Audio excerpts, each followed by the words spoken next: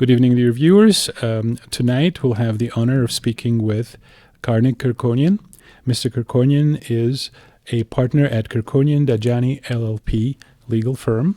He studied international law at Harvard University, did his graduate degree in law and economics at University of Chicago, and his postdoctoral degree at Cambridge University in the United Kingdom in international law. Welcome. Thank you, Artur. Thank you so much for agreeing to speak with us. I would like to start with an issue that's probably the most important one in everybody's mind. We are now being pressured by our neighboring state, by our opponent, to dissolve the Minsk group and to forget any and all claims on Artsakh or Nagorno-Karabakh.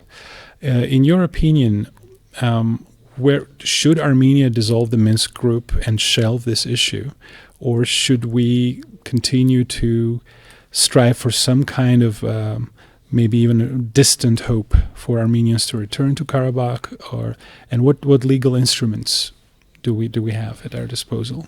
Artur, I think that's a great question. I'll give you a categorical answer to that no, we should not dissolve our efforts to secure the right of return for the Artsakh people. And I'll tell you, one of the main reasons why we shouldn't is that within the year and a half since September 23rd, the legal justification for their return has been embedded in international instruments, decisions of the European Parliament, decisions of the International Court of Justice, in particular on the right for a safe and dignified return. So we have a lot of the substantive legal bases to effectuate that return, which means leaving your cards on the table and walking away is worse than appeasement. It's really kind of a turning your back on what the rule of law and the international legal system says. The decisions that were provided by the ICJ spoke very specifically about the right of return. In fact, the right of return and entry and exit through the Lachin corridor, which are decisions that are in effect as we speak today. The key is to translate those legal decisions and legal markers into diplomatic and geopolitical victories. And I think the weakness that we have right now is in that translation. The basis of the right of return is there. We've underlined a number of very key pillars. In fact, I can kind of summarize them in three pillars. One is that the return needs to be collective. The second, based on the fact that we see the rhetoric of genocidal intent coming from Baku, that must be under international security guarantees. And the third is that return the people have to be able to return with their fundamental human rights, which includes the right to life and the right to self-determination. And the reason why I say that they have to return with their fundamental rights, we would never expect a population to return to their homeland as less than human.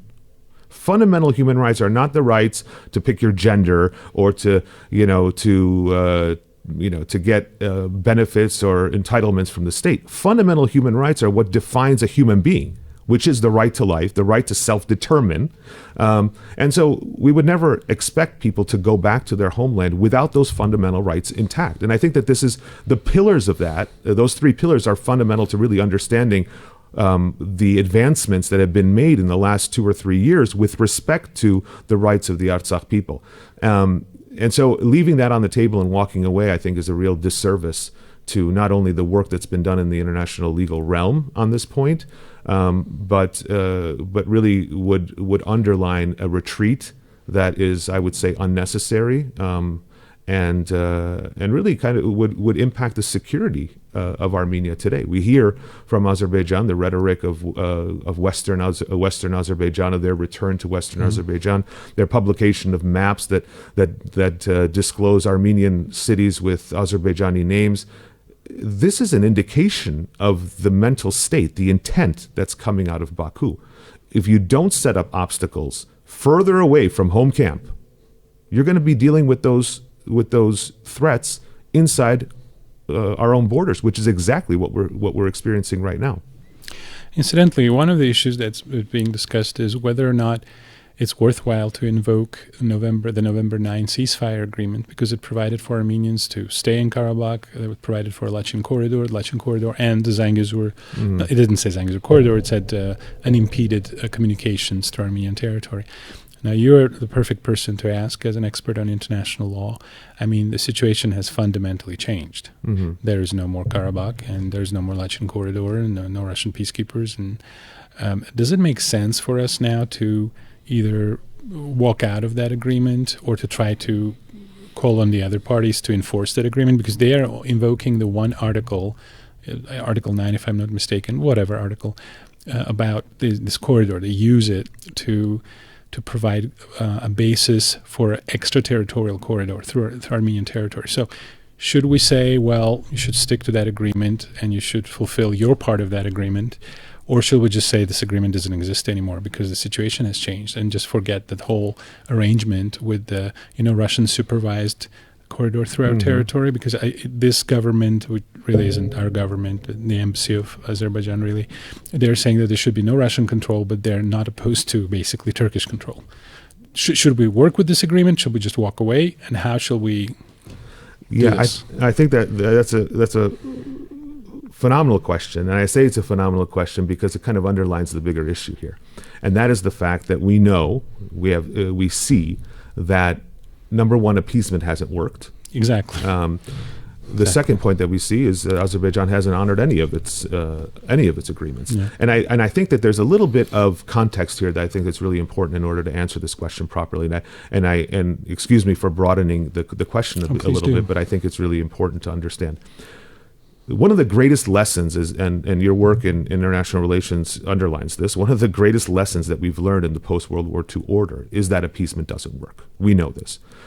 If we start thinking about the analogous situation that we find ourselves in today, we start seeing some parallels that are really, really dangerous. And I want to take us back, if we can for a second, to Neville Chamberlain, the Prime Minister of the UK, who went to Munich in 1939, sat down with Hitler, and came back to London saying, I looked into Hitler's eyes, and what I saw was a man who can be trusted, and that he is going to give Europe peace. Now, what's unique about that moment is that the meeting happened on the heels of Hitler taking Sudetenland.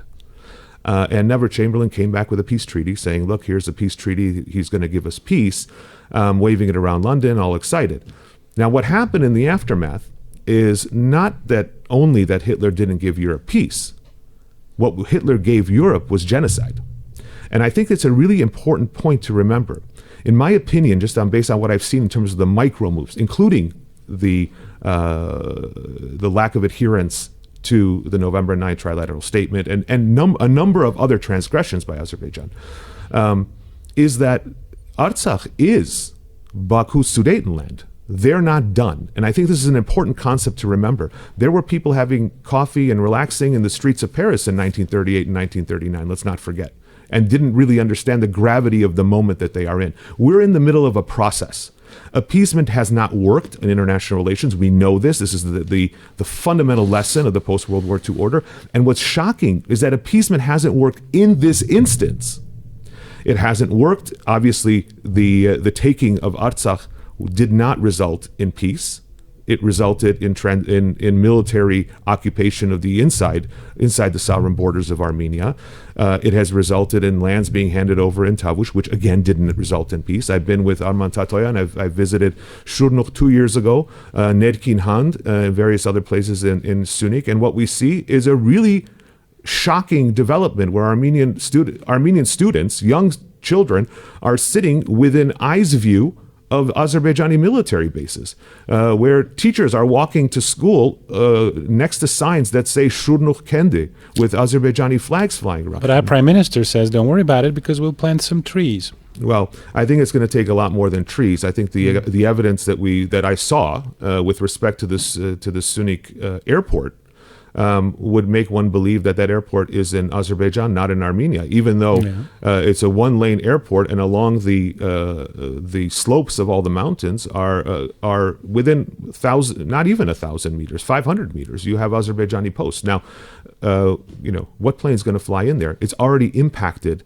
internal life in Armenia we've seen in a really physical sense. And it may not be felt at this point, at least in the streets of Yerevan, but what we have to understand that this is a process. It is not, these aren't isolated instances of a violation of a trilateral treaty, the discussions regarding the so-called corridor. What we're seeing, we see this as part of a greater plan, and it is there, and the rhetoric is there too. And that's kind of one of the fundamental points of the ICJ case. It's based on CERD, which is a convention on the elimination of racial discrimination, which says that from the highest levels, and this is a decision of from the ICJ, at the highest levels of the Baku, of official Baku, you're getting the hate speech. That's where it's coming from.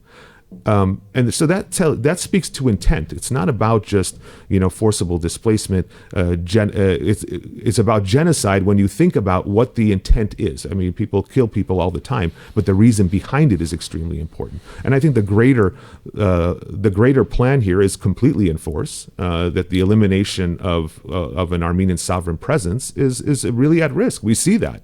And so I think that we need to think about all of these aspects in this greater sense, in this greater story of appeasement constantly failing.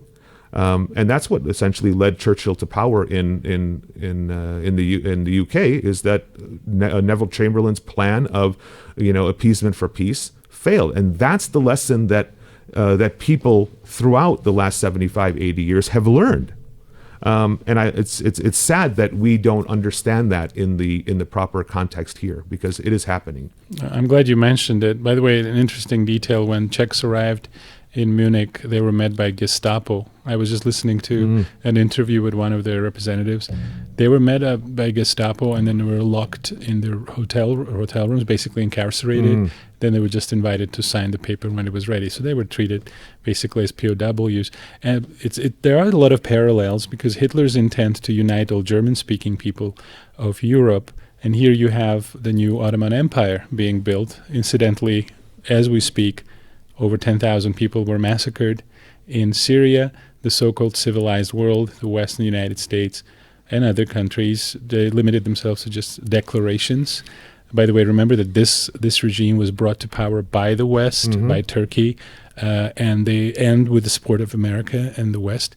And they were telling us this is going to be a move towards democracy and stability. And you can see their democracy and their stability right now.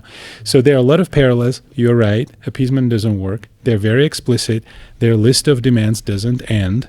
Hitler went from Czechoslovakia to Poland to Norway to Denmark to the other countries to France, and then the whole world collapsed. They have their agenda. First, we're going to have to give up the corridor. Then hundreds of thousands of Azeris are going to come here. Then Armenia is going to be wiped out. Then they have plans with regard to Syria. Some cities in Syria now. Some Turkish generals are saying this used to be Ottoman Empire. So they have big plans, just like Hitler did. And you're right. But why is it that we see the pattern, we see that time after time you try to appease them, they don't stop, but we keep doing it? What is it about it that is so difficult for us to understand, that it's not working? It's obvious to everybody that it's not working. Why is this regime continuing to make concessions? Well, that's an interesting question, and I can kind of answer that in a number of ways. I don't know the actual reasons why anybody thinks about a certain track of action or not, but one thing that is absolutely clear is that there are narratives that are spread in regions. Yes. I mean, this is a very clear tactic used by foreign powers to spread certain narratives. I mean, the colossal conflict of this era, right, is the West versus Russia, right, is the main storyline that is being spoken, and that might be changing as we see with the new Trump administration. We don't know. Let's see how that plays out. But I think we have to be very careful here in Armenia regarding which battles are ours and which battles are not ours. And there's no question that a lot of people feel that the Russian influence in the region has been, in Armenia in particular, has been, whether it's financial colonialism or whatever arguments that they use to try to argue that Russia's presence is not a favorable one.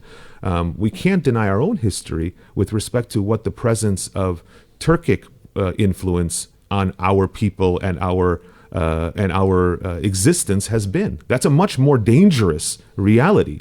And the flag bearer of the West in this region, at least up until now, and I don't see that changing, is Turkey. And Turkish influence in the region, especially with respect to Armenia, is a uniquely more dangerous one for the reasons that we all know. So I think that we have to understand why why a government makes certain decisions. One could be just because of the influence of foreign narratives that kind of push stories, that push fairy tales, that push ideologies that may or may not work. But that's usually countered by kind of a more sophisticated understanding within the intellectual, let's say, state apparatus or within civil society, which challenges those themes to say, hey, look, that narrative doesn't quite make sense. And here's why it doesn't make sense for us. And we've had that example. We've had those opportunities here. You've had the pleasure of speaking with Jeffrey Sachs, for example. Professor Mersheimer from the University of Chicago has also spoken about the Armenian security situation. This is a rare moment where you have some leading intellectual thinkers from the West, from the United States, and thinkers from Russia, Karaganov being one, and others who are saying the same thing in terms of the security apparatus for the South Caucasus cannot really move forward without a Russian role. And when you have this, relatively sophisticated, not relatively, leading thinkers on realism and geopolitics and realpolitik, and are speaking directly in the post-war period about Armenia and the South Caucasus, saying the same things, somebody has to be listening. I watched an interview with Ambassador Geregian of Armenian heritage, a U.S. ambassador who served in the region, in Syria and in Israel, saying that the reliance on Western boots on the ground is not a realistic one. Why we're not heeding those warnings is a great question. But I do think that there needs to be a more sophisticated understanding of how international relations plays out. I do think that there's an element of being starstruck when a small country sends diplomats to Washington and Moscow and places. But we're in a very, very difficult crossroads.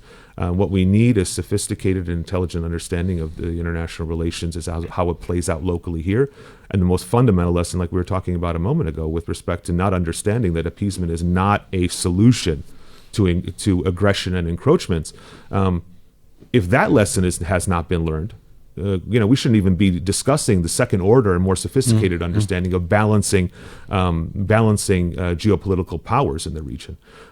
So I think that the reason why the government is not appreciating the moment, I think, is probably twofold. One is I would say, unfortunately, a lack of sophistication and really understanding what international relations teaches in this moment. And the other is either believing or wanting to believe the narratives that are coming from outside the borders. And that's a dangerous confluence of two very dramatic and potentially destructive phenomena. Those are some very, very important points, excellent points. Just quickly reacting to what you said, Turkey organized the war in Karabakh. Turkish generals managed it, and Turkey brought thousands of jihadists. And with Turkey's help, Karabakh Armenians were defeated and then ethnically cleansed. No one is talking about it now because those people, dozens and dozens of propagandists paid by foreign money, by grants, euros and dollars that they receive, in fact, large amounts, 40 million, 50 million per year. You can do a lot in Armenia with that kind of money because these people are here, and they are the ones who are erasing this from our memory. That just a few years ago, Turkey basically killed 5,000 Armenians. No one wants to talk about it. Regarding boots on the ground, we don't even want to know our history. These people, these propagandists, distort our history. They spread these false narratives for which they're paid by their masters, paymasters. No one even remembers 1918, 1920. The British limited military assistance was withdrawn. The Brits withdrew. The French withdrew from Kilikia. And the Americans did not withdraw because they never came. Americans turned down the Armenian mandate. The United States wasn't interested in the American mandate. We don't even remember that. It was 100 years ago. We don't even talk about that. So we have all these propagandists who manipulate the public opinion in this country in the name of the West, of which they know nothing. They just receive their grants. That's one thing they do know. So do you think that why don't we have a law like the United States? You are the perfect person to ask. There's FARA, right, in the United States. You cannot be an agent of a foreign government in the United States, get money, orders, instructions to act, or represent the interests of a foreign government, organization, or even person. You have to declare yourself as a foreign agent. You have a similar law in the United Kingdom, in France, in Russia, in Georgia. Do you think that it's okay for a country to have a network of foreign propagandists working on its territory that are paid for by foreign governments? And shouldn't we have a law like the one in the United States that will protect our public opinion from foreign manipulation? I think that's a fantastic proposal, fantastic idea. Unfortunately, what we see in Armenia right now is going the other direction, right? Where we're discussing changes to the constitution that need to take place, apparently, changes in the Declaration of Independence, which need to take. I mean, these are, the current is going completely in the other direction, unfortunately. Yes. I do believe that those types of protections are essential to protect essentially a democratic voice, right? I think I think very few people would argue in Armenia against to argue that democracy in terms of self-fulfillment of an individual is a bad thing. I mean, people understand that they should have a right to vote and a voice in their affairs. I think that's fair. But we shouldn't be fooled with what that cloaks sometimes. And we see in the United States right now, there's a significant blowback with respect to USAID. USAID's influence in various regions, discussing the grants that you speak of in all over the world. And it's important to realize that it's not just the United States. All large countries, superpowers, do this.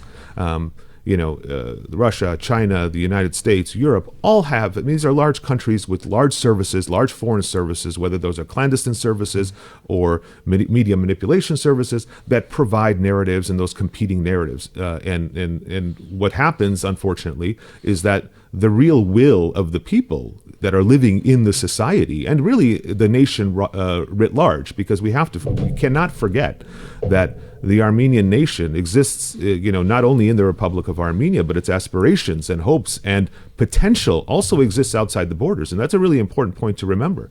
So I think those narratives, those fundamental value narratives that come from Armenians, whether they're inside Armenia or outside Armenia and Armenian institutions, are critical to really shaping the discourse.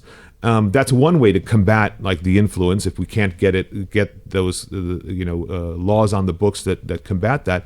In terms of a legal setting, another way to combat that is to really kind of understand who has the interests of the Armenian people, who has the interests of the Armenian nation in mind, and work to elevate those voices, and work to kind of have a deeper discourse about what you've just discussed. I mean, many states, they don't even discuss the fact that there are these types of influences. They just go completely unannounced and they're just taken at face value. When you think critically about them and why they're there, you see the actual impact. And in our present experience, I bring this example up quite a bit because I think it's really important. The influence in narratives regarding Artsakh and the lowering of the bar in Artsakh, if people think back to that had real, that was, I think, one of the light bulb going off moments for me as an international lawyer, because I knew what that meant, right? That meant we're going to talk about the Artsakh Armenians not from the level of a people with the right to self-determination, but as a minority. That was what that lowering the bar was. And what that did is you can talk about racial discrimination and hatred, but there's really two branches that stem from that. If you're dealing with a people that are people in the legal term, that have subjugation and oppression being occasioned upon them, they have certain rights, which includes the right to self-determination. Minorities don't have the right to self-determination. And I think that was a real light bulb moment for me to say, wait a minute, you see these narratives happening, and they came on the heels of Brussels' influence on, let's lower the bar, and all of a sudden all these doors to the West are going to open up for us. We have to believe our own national narratives. We can't let others write our narratives for us. It doesn't make sense. It doesn't make sense to do that. We have to understand what our core values are, our own history, and the risks that we've faced and continue to face. I mean, it's absolutely shocking that in the immediate years after the war, we are not drawing the parallels of 1915 with respect to Turkey's involvement. I've had a number of discussions with European diplomats, even during the blockade. And one of the things that was said is, well, this government's not speaking about the genocide. It's time to move forward. And I said, well, it's great. It's not so much about the Armenian government speaking about the genocide, but Erdogan was in Baku speaking and praising Nuri Pasha, who led the eastern flank of the Armenian genocide. He's raising the issue. We understand what that means. Unfortunately, we're being told not to understand it. And I think that when we pull the wool over our own eyes, we lead us down this primrose path that has put us really in a moment that is, we say that every moment in the last few years has been existential, because it is. It's part of a process of existential threat. And so combating these narratives is a fundamental job, not only of government, not only of civil society, but of thinkers on this issue. People need to have these discussions and really try to understand the forces that are at play. Armenia, if we're left to be at play of foreign narratives, whether they sound good or sound bad, whether they sound in democracy or whether they sound in authoritarianism, whatever it is, the point is we need to write our own stories. And that is based on our own history. It doesn't make sense. Many of us feel that our heads have been turned 180 degrees when we hear discussions about, genocide denial or questioning genocide and the Armenian genocide and the factual basis for that. That makes us feel, our heads, our necks are spinning 180. And the reason for that is it doesn't make sense. It doesn't fit our story. When it doesn't fit our story, that is a red light. That is a red flag to say something else is happening here to influence this discourse. And that should be fundamental to us to understand. And just speaking to that, I've read that one of the streets in Stepanakert, after it was taken by the Azeri forces, was called after Enver Pasha. So that's a very clear message. He was one of the architects of the genocide. Sure. In fact, probably one of the most ardent ones. You mentioned the pressure to change our constitution. One of the demands of our opponent is that we should change our constitution, actually two of our opponents, because apparently a reference to the genocide of Armenians in the Ottoman Empire and Western Armenia means territorial claims on Turkey. And our Azeri ambassador in Armenia has been saying that we should forget Mount Ararat as well, that historical Armenia is the enemy over real Armenia. I'm not a lawyer. You would be a very good person to talk about it, but speaking about historical heritage or historical events, does that come into conflict with reality, or does that constitute a call for revenge or territorial claims on your neighbor?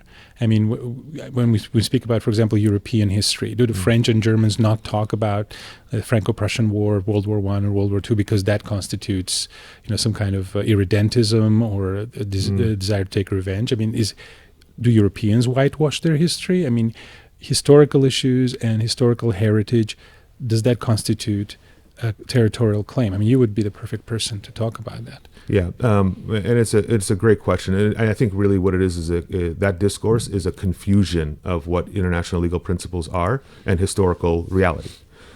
We have to live in the reality that we are in. Let's not forget that the state system that has been imposed, in the current world order, is a Westphalian model. That Westphalian model postdates the creation of our nation. We were a nation prior to the Westphalian model being the predominant model of nation statehood. That's an important point. That's a historical point. We can't change our history. We can't pretend that the churches in Ani are not Armenian churches. We can't pretend that Ghazan Chetsot is not an Armenian. These things, we cannot pretend these things. If we're pretending, that means we're already steering away from our own national narrative, and we are really a ship without a rudder in the middle of a sea. We can't be in that moment. We have to remember, and that's an understandable. There are historical examples of that. There's Hellenic culture all over the place. Recognizing it as Hellenic culture doesn't mean that Greece is looking to territorial conquests, in South or Central Europe or in other places. So I think that's an intentionally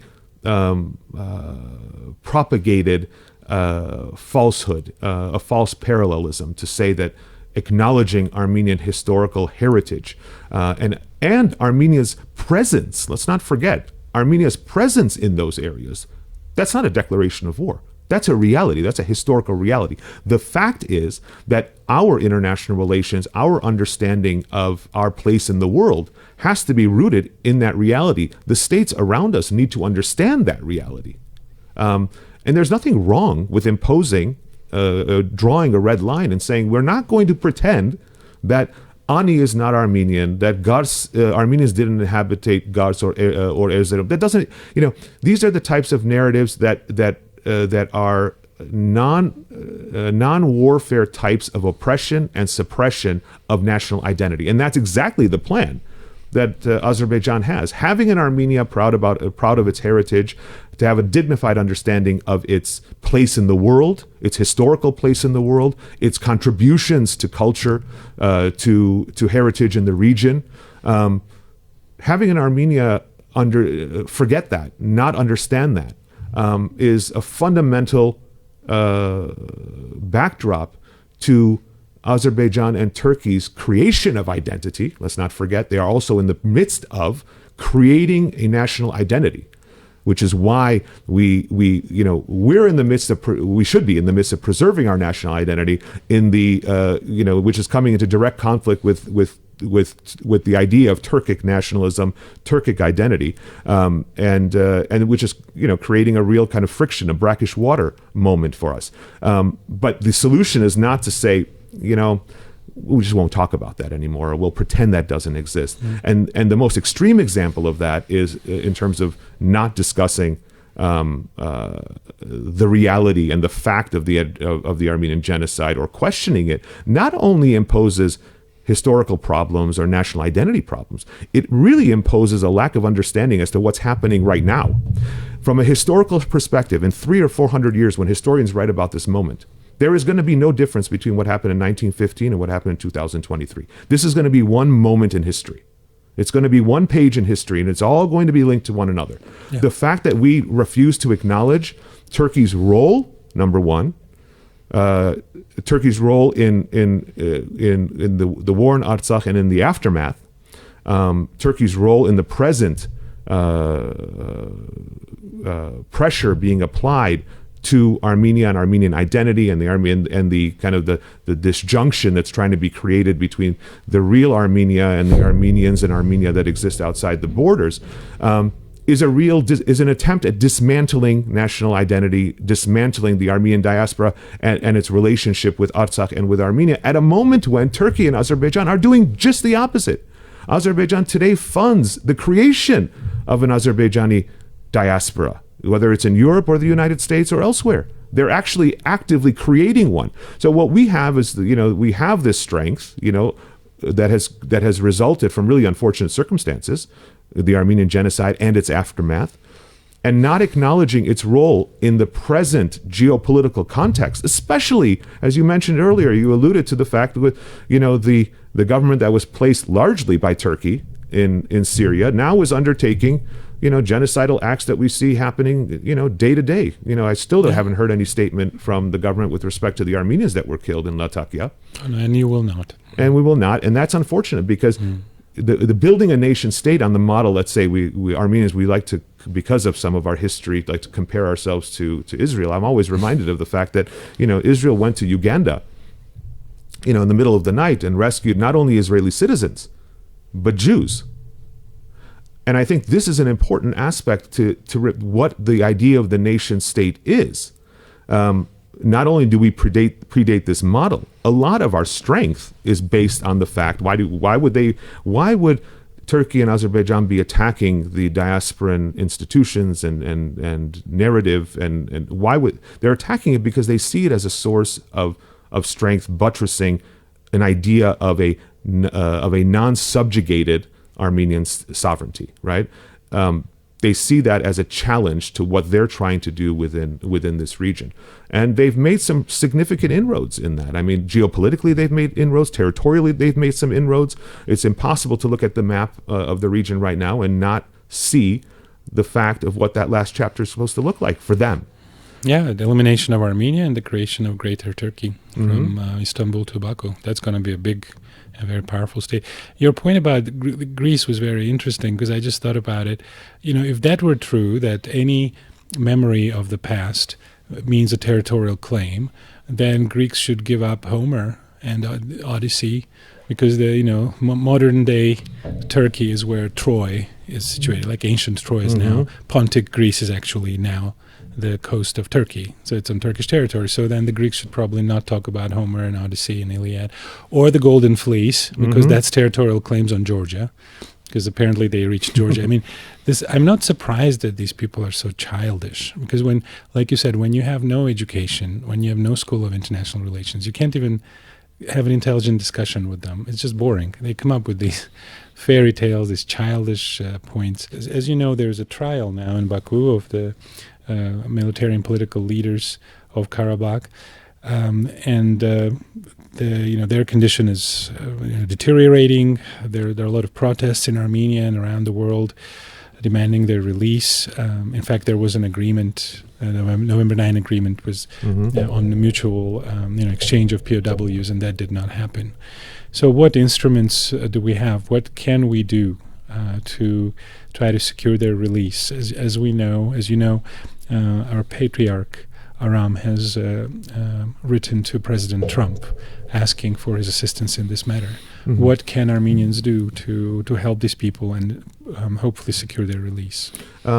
It's a great question and an important one, because this is, I would say, the most current and most troubling aspect of this kind of ongoing process that we're facing, because I don't think we can look at the sham trials in Baku outside the context of the greater picture here, because this is an express attempt to change the narrative, right? The idea that Armenians are terrorists and not indigenous natives of Artsakh seeking self-determination. This is the underlying story that is being pushed under the rug. That is exactly what the trials are doing. It is not just a matter of human rights, and I think it's really important to remember. It's not just a matter of human rights. It's not even a matter of a right to a fair trial. That's an important concern, but it's not the elephant in the room. The elephant in the room is that they're using the sham trials in the shade of this idea of these Nuremberg trials type thing, that they're bringing people to justice to further the issue, change the story of what Artsakh is, to change the 4,000-year-old indigenous presence, and probably even more, I'm not a historian in that respect, Armenian presence, and eliminate the idea of the Artsakh people as a people with the right to self-determination. I mean, this is one of the major points. And we've heard some statements coming out of the Artsakh leadership, even in captivity, on this specific point. And I think it's really important to remember that. What it's doing further is it's demonstrating a really emboldened Azerbaijan right now. I mean, they're removing UN agencies, the International Red Cross. I mean, these are very, very significant indications of the further authoritarianism and rogue nature of Baku, and these are telling harbingers of what's to come. I mean, it's really important to remember what these statements are broadcasting, what that broadcasts. The international legal instruments we have used, there have been attempts made to have the ICC open an investigation. There have been large kind of grassroots support throughout the Armenian world, let's say, with respect to freeing the POWs and the political hostages. What's been really missing has been the government's voice on that, and that's a really significant part of this puzzle, a very significant part. There are a number of actions with respect to Artsakh that have been faced with answers from foreign governments saying, well, we would support you on this. This is something that we can support because it's just. However, the government is not speaking as prominently as it should on these issues. It's not necessarily in line with what the government's approach has been. And that's a really troubling point. It's a troubling point because it shows perhaps a lack of ability or interest to protect Armenian citizens. That's number one, or Armenian people, number two. And I think that I really do see that as whether it's based on duress, right, from outside forces, whether it's based on ideology born of promises made from certain powers and fair, whatever the purpose of it is, what it definitely does is it does weaken Armenian sovereignty. And I think this is the ultimate goal that we see every single one of, whether it's the physical military attacks, whether it's forcible displacement and genocide in Artsakh, whether it's the Western Azerbaijani narrative, whether it's the failing to adhere to the trilateral statement, whether it's pressure on the change of our discourse, right, where we don't speak certain words anymore in Armenia, right? Like the idea of officially speaking about Artsakh is not really something that is looked favorably upon anymore. These are all part of this larger, we can't look at these things as isolated incidents. And I think this is where our biggest mistake is not seeing the systemic issue that we're facing. Because it's very easy when you're looking at just a specific moment, right, to say, the trials in Baku, it's a human rights issue, or we shouldn't have the government, even if the government doesn't speak or does speak, we should focus on. By not understanding its role in the bigger story, we're literally missing the forest for the trees. And I think this is exactly where we face. But there's no question that the government's role, government silence on many of these issues directly contributes to greater insecurity and a devolution of Armenian sovereignty. And sovereignty is a very, very interesting concept really to understand, because people always think about sovereignty in military power, or maybe even like in terms of the four basic principles of whether or not you have control over your borders and this. There's a deeper understanding of sovereignty that I think we're completely overlooking, and that's the failure to be able to make independent decisions based on the will of a nation state and its population. And I think that we might already be in that moment. And unfortunately, what happens is that you only realize that moment when you've already kind of come out on the other side of it. And I think that this is where, there is nothing wrong with taking positions that are based on truth. There's nothing wrong with demanding international cases be integrated into a peace treaty as opposed to being set aside for the purpose of a peace treaty. There is no country in the world that is going to say that Armenia's position is unrealistic if it were to demand that a just and dignified peace treaty include the decisions of the International Court of Justice. That makes sense. That's what a just peace is. And if you don't have a just peace, what you end up with is you end up with the Treaty of Versailles. You're going to create a situation in Armenia where there is so much oppression, where there is in terms of national identity and so much indignity, that you're going to have a complete 180 turn. And this is something that I speak to often in Europe and the United States with respect to Armenia, that if you really want to protect democracy, the pushing of narratives that further subjugate the Armenian state and the idea of national identity at some point are going to be so indignified that you're going to have a backlash. And that backlash is not going to look like a democratic transition of power. And I think this is where, Western thinkers are not really understanding the role of fairy tales, as you mentioned, and narratives that are not really based on truth and not really based on justice. Today we have decisions of the International Court of Justice that say what some of those important parameters are that speak to this issue. And because Azerbaijan has not been as successful in winning the justice fight to this point, there is pressure on, there's uncertainty around these cases. And that's why, the prime minister has made statements regarding the withdrawal of these cases for a peace treaty. That's actually getting the whole thing, flipping the whole thing on its head. That doesn't make sense. It's absurd if you think about it, because the whole point of a just treaty is that it's based on justice. Well, you have an international court of justice that is making decisions on these very issues. Well, if they're making on these very issues, the answer should be, we should pressure the international world and our counterpart at the table to integrate the decisions and rulings of the International Court of Justice into the peace treaty, which includes the right of return, which includes the opening of the Lachin corridor in both directions for cargo, for civil. These are rules that are in effect right now. We can't abandon those. We can't. Why would we abandon them? It doesn't even make sense to abandon them. Because if you make the arguments and if you push the advocacy for those points on the basis that it's not only my desire to have that, but it's what the world order requires. I mean, that's what the ICJ is there to say. This is what's fair and just. And so a just peace has to be based on justice. And I think Azerbaijan's fear is that or its objective is that it not be based on justice. It be based on subjugation and further oppression.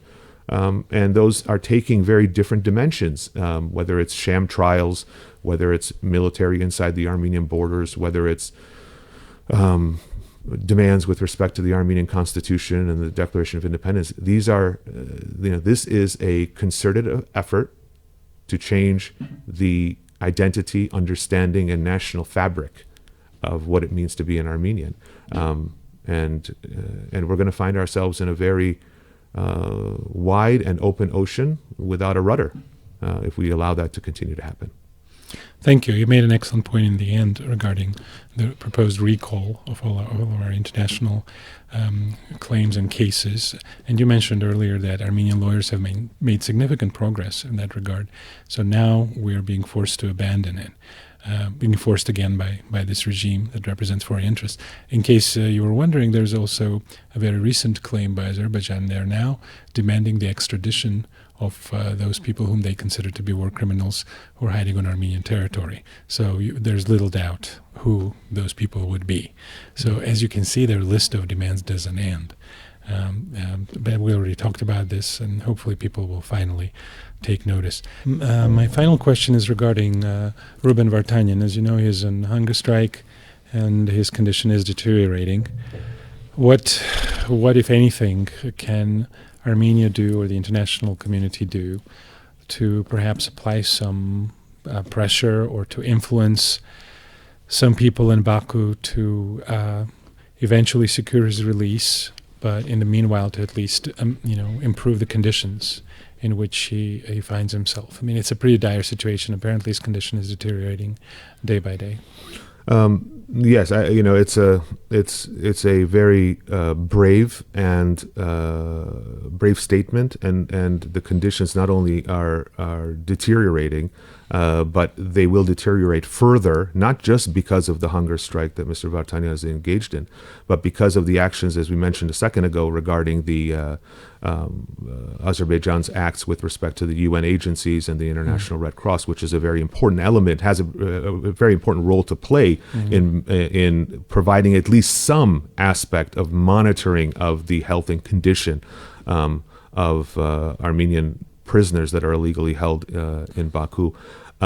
The pressure should be really twofold. One is continued ongoing pressure on international institutions and other state players. I mean, that has been happening in terms of a global response to the hunger strike. But there is also the really important element of pressure being put on the official Yerevan to start speaking on that issue.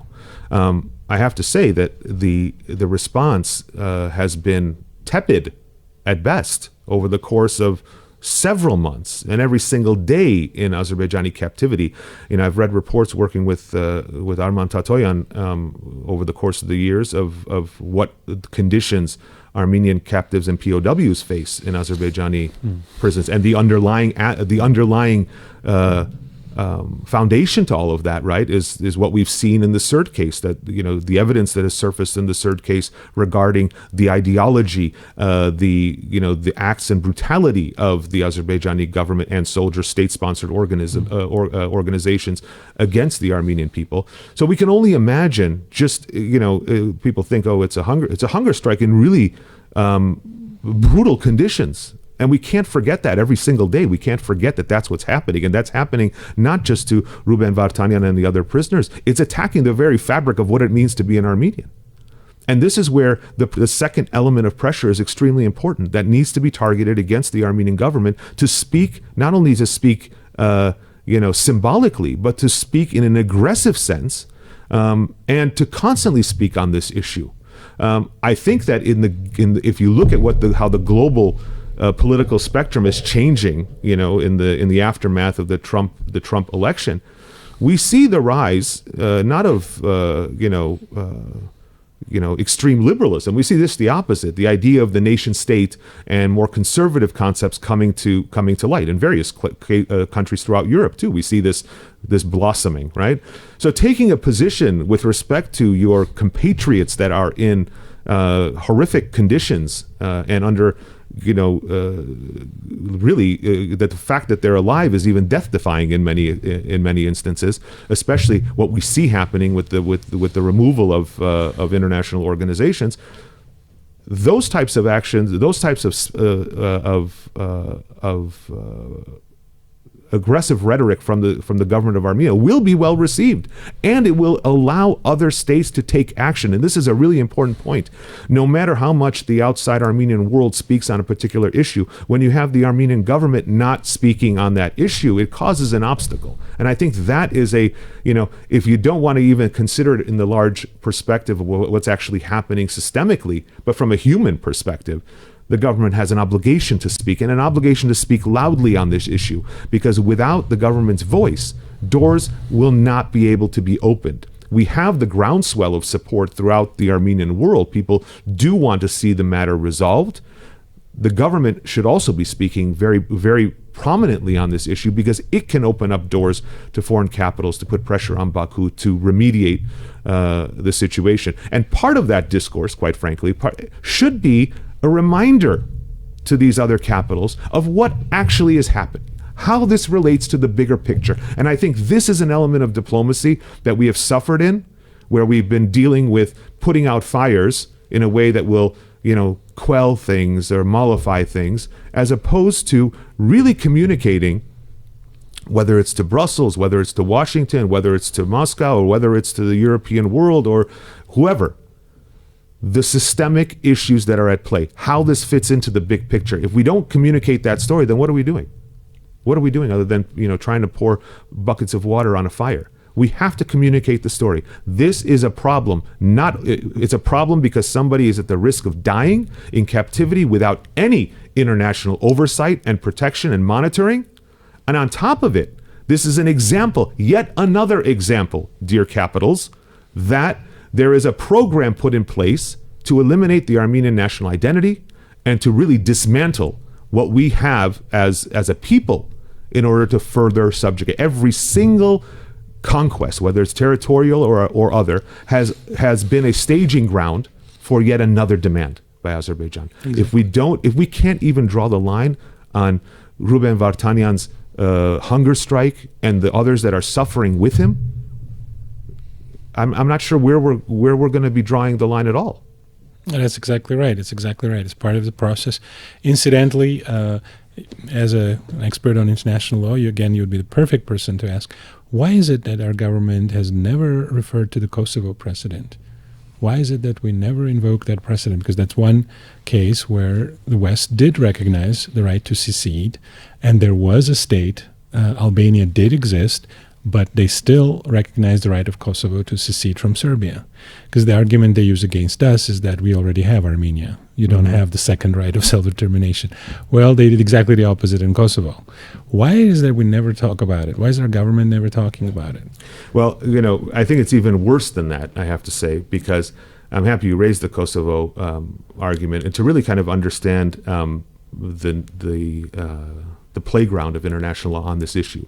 Self-determination has two variants. It has the internal self-determination, and it has this idea of external self-determination, which is what you referred to in terms of secession. And the two kind of global examples of that are Kosovo, which you talked about, and the other is Quebec. Yes. Where the Canadian Supreme Court made a decision saying that Quebec doesn't have the right to secede. It has the right to internal self-determination, the protection of its religious, cultural, linguistic rights within the constitutional framework of the state of Canada, the country of Canada.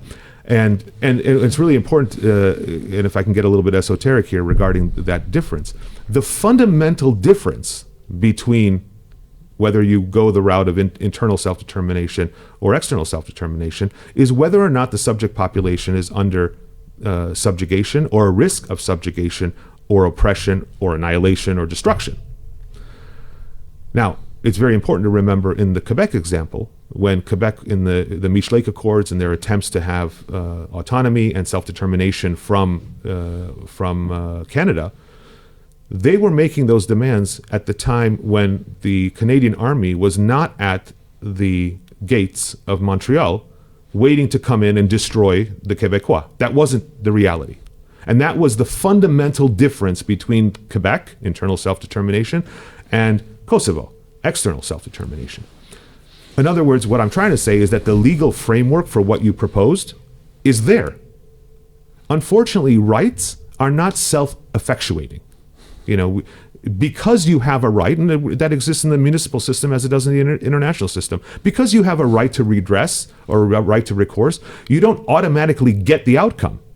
You have to advocate for that right. The real problem is the lack of diplomatic effort, and it could be based on a lack of understanding, but here it's even richer than that, because not only is it a lack of understanding, but we've come back now to the point of lowering the bar. That lowering of the bar, pushed by Brussels and likely even Biden's administration in Washington at the time, was literally to pick the course. If we went the route of minority rights, it takes us out of the Kosovo model, and the doors of the West will open up. Clearly that didn't. Not only did it not do that, it also didn't bring peace.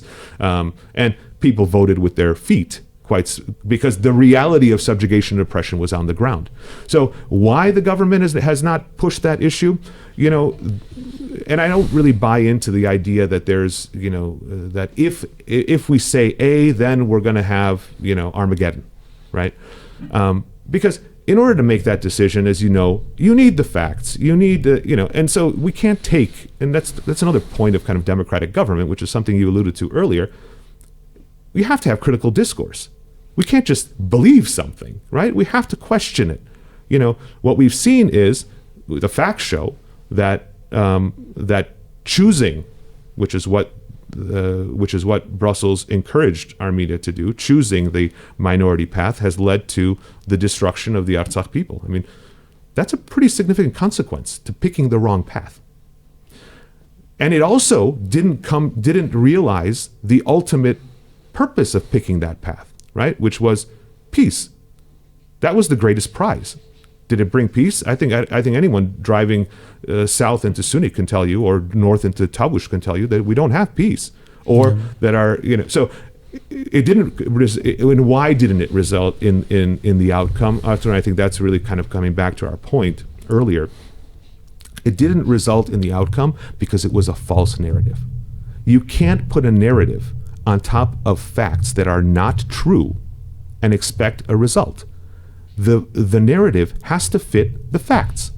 The facts are that the people of Nagorno-Karabakh are an indigenous native people having the right to self-determination, and the Azerbaijani military was at the gates of Stepanakert for years, looking to destroy what is left of the Artsakh people. That is the reality. You have to base the diplomatic outcomes on the factual reality, the legal framework that allows for that, and that's the direction. Those are the only directions that work. They might be hard negotiations, sure, but those are negotiations. You have to make the arguments. And the other one I might say, that just perhaps to close, there is another false narrative that we still hear. This idea of territorial integrity as being the kind of the dominant discourse of the international community, and therefore territorial integrity, doesn't allow for self-determination anymore. That's one of the most ridiculous concepts that I've heard, discourses that I've heard, because it fundamentally misunderstands what the rule of territorial integrity is. And the analogy that I like to use, which should resonate with people, is the speed limit. Territorial integrity is the speed limit in international law. If the speed limit says it's 50 kilometers an hour, everyone is obliged to drive 50 miles an hour, right? Day or night, Monday or Sunday, you have to drive 50. But that's not true. It's not true that you have to drive that speed limit. And here's why. If your child, God forbid, is sick and you're taking that child to the hospital, or you're running your parents to medical facility, you can drive over 50. In fact, if the police pull you over, they escort you at above 50 miles an hour to go there. What's the difference? The difference is if there's a life-threatening emergency, that rule, that procedural rule does not apply, the speed limit. Good way to explain. Territorial integrity is the speed limit at international law. When you have the Azerbaijani army clearly have decided, the International Court of Justice, that there is racial hatred at the highest levels, and we already have heard the rhetoric and seen the war crimes being committed, is ready and primed to destroy. That is the emergency at international law. That's when self-determination comes into play, and that's exactly what happened in Kosovo. The analogy you give is 100% correct. Whether it's a lack of understanding, whether it's a lack of will, I can't tell you, but I can tell you that we were right on the law, we were right on the facts, we failed in making the argument. Thank you very much. I think you made some excellent points today. Thank you for your time. And I hope our next conversation will take place in more optimistic circumstances. Thank you so much, Artsakh. It was a pleasure. The pleasure is mine. And dear viewers, I would like to remind you that we've been talking to Mr. Karnig Kerkonian of Kerkonian Dajani LLP Partners. Thank you very much.